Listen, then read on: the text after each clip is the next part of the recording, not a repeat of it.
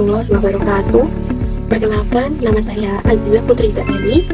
Saya dari Program Studi Pendidikan Bahasa dan Sastra Indonesia, Universitas Dr. Sutomo, Surabaya. Pada kesempatan ini, saya akan mempresentasikan hasil ujian tengah semester berupa jurnal dengan judul Perlawanan dan Pelanggengan Kuasa, kajian modal Bourdi dalam novel Laut Bercerita karya Leila S. Chudori. Sebelum saya memulai presentasi, izinkan saya menjelaskan alur dari presentasi ini. Yang pertama ada pembukaan, lalu abstrak, pendahuluan, metode penelitian, hasil dan pembahasan, dan yang terakhir ada penutup dan kesimpulan.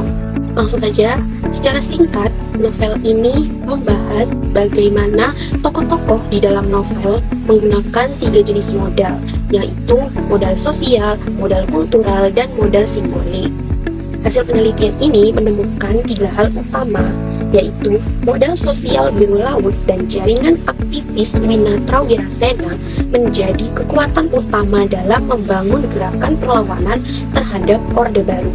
Yang kedua, ada modal kultural berupa tradisi sastra, kebiasaan membaca kritis dan kesadaran berpikir yang ditanamkan sejak kecil dalam keluarga Arya Wibisono menjadi dasar semangat aktivisme biru laut. Dan yang ketiga ada modal simbolik biru laut yang terwujud dalam dirinya sebagai simbol perlawanan terus hidup melampaui kematiannya. Nah, baiklah, sekarang kita masuk ke bagian pendahuluan. Novel Laut Bercerita ini adalah salah satu karya sastra yang paling berdampak pada 10 tahun terakhir. Novel ini diterbitkan pertama kali pada tahun 2017 oleh Kepustakaan Populer Gramedia setebal 379 halaman. Novel ini ditulis oleh seorang perempuan bernama Leila S. Chudori. Lalu pada tahun 2020, novel ini mendapatkan penghargaan bergengsi yaitu Sea Wright Award dan telah diterjemahkan ke dalam bahasa Inggris dengan judul The Sea Speak His Name. Apa sih isi novelnya? Novel ini menceritakan tentang seorang mahasiswa bernama Biru Laut Wibisono yang tergabung ke dalam gerakan mahasiswa Winatra dan Wirasena. Bersama sahabat-sahabatnya yang bernama Kinan, Daniel, Sumu, dan Alex, Biru tergabung ke dalam beberapa aksi untuk melawan rezim Orde Baru. Salah satu aksinya yaitu aksi tanam jagung yang ada di Belangguan pada tahun 1993, yang dimana aksi ini untuk membela hak petani karena lahannya ingin dijadikan area latihan militer. Mengapa sih novel ini tuh perlu dikaji? Nah, yang menarik dari novel ini adalah bagaimana tokoh-tokoh di dalam novel beroperasi menggunakan berbagai jenis modal dalam pertarungan antara kekuatan negara dan gerakan sipil. Menurut Pierce Bourdi, seorang sosiolog asal Prancis, setiap orang itu menggunakan berbagai modal untuk mempertahankan posisinya di dalam masyarakat. Nah, berdasarkan latar belakang tersebut, tujuan penelitian ini ada 3, yaitu mengidentifikasi dan menganalisis modal sosial tokoh-tokoh dalam novel Laut Bercerita sebagai representasi pelanggengan dan perlawanan kuasa. Yang kedua, menguraikan habitus aktivisme biru laut, menguraikan modal kultural yang menjadi sumber daya habitus aktivisme tokoh biru laut.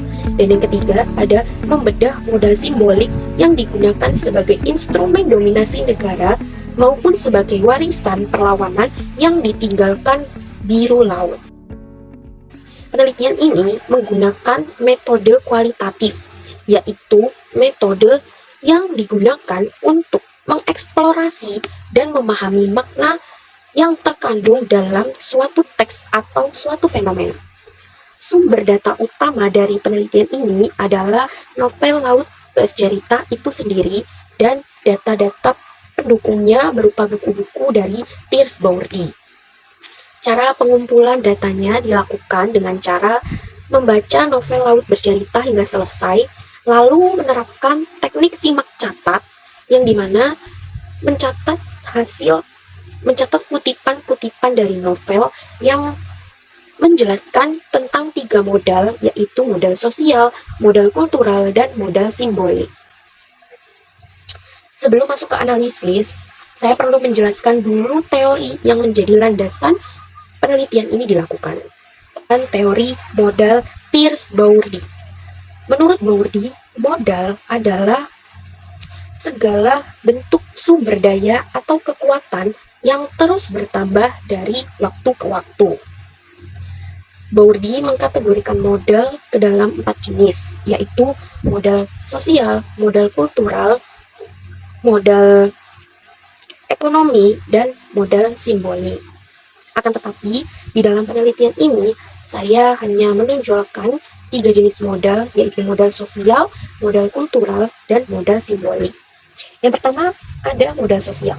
Modal sosial ini adalah jaringan hubungan dan kepercayaan antar individu yang bisa dimanfaatkan untuk memperkuat posisi seseorang di dalam masyarakat. Semakin kuat dan luas jaringan seseorang, maka semakin besar juga kekuatannya. Di dalam novel Laut Bercerita, modal sosial ini tampak nyata pada kelompok studi Linatra Wirasena yang didirikan dengan tujuan untuk mendiskusikan berbagai pemikiran alternatif guna melawan doktrin pemerintah yang sudah dijejalkan kepada kita sejak masa Orde Baru berkuasa. Yang kedua, ada modal kultural, yang dimana modal kultural ini adalah kemampuan intelektual, pengetahuan, cara berpikir, dan kebiasaan yang terbentuk melalui pendidikan formal maupun lingkungan keluarga. Modal kultural ini bisa menjadi sumber kekuatan yang sangat dalam karena sudah melekat pada kepribadian seseorang sejak kecil.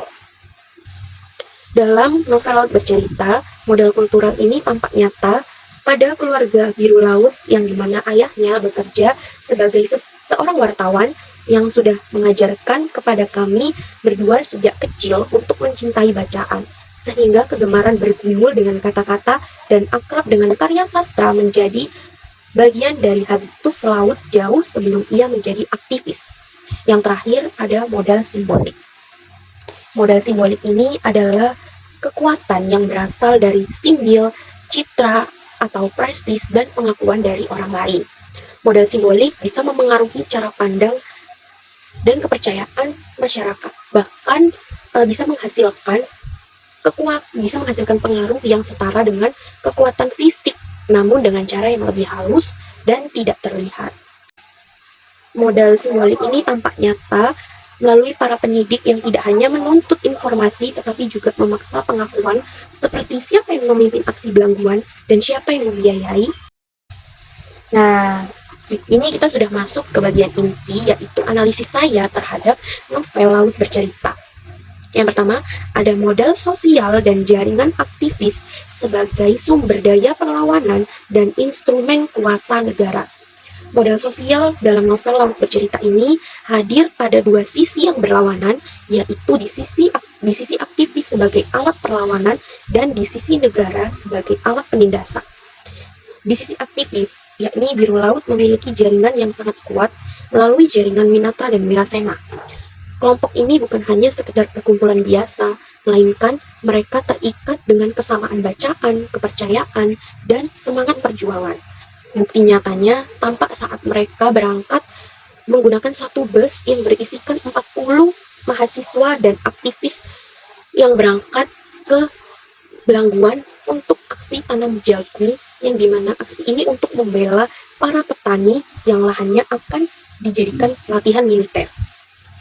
Modal sosial biru laut juga didukung oleh keluarganya, yang dimana ayahnya bekerja sebagai seorang wartawan yang juga memiliki jaringan yang kuat dan luas di dunia pers. Adiknya, Asmara Jati, juga mendirikan modal sosialnya sendiri dengan bergabung ke dalam tim komisi orang hilang untuk mencari kebenaran tentang laut. Lalu yang di sisi berlawanan ada di sisi negara.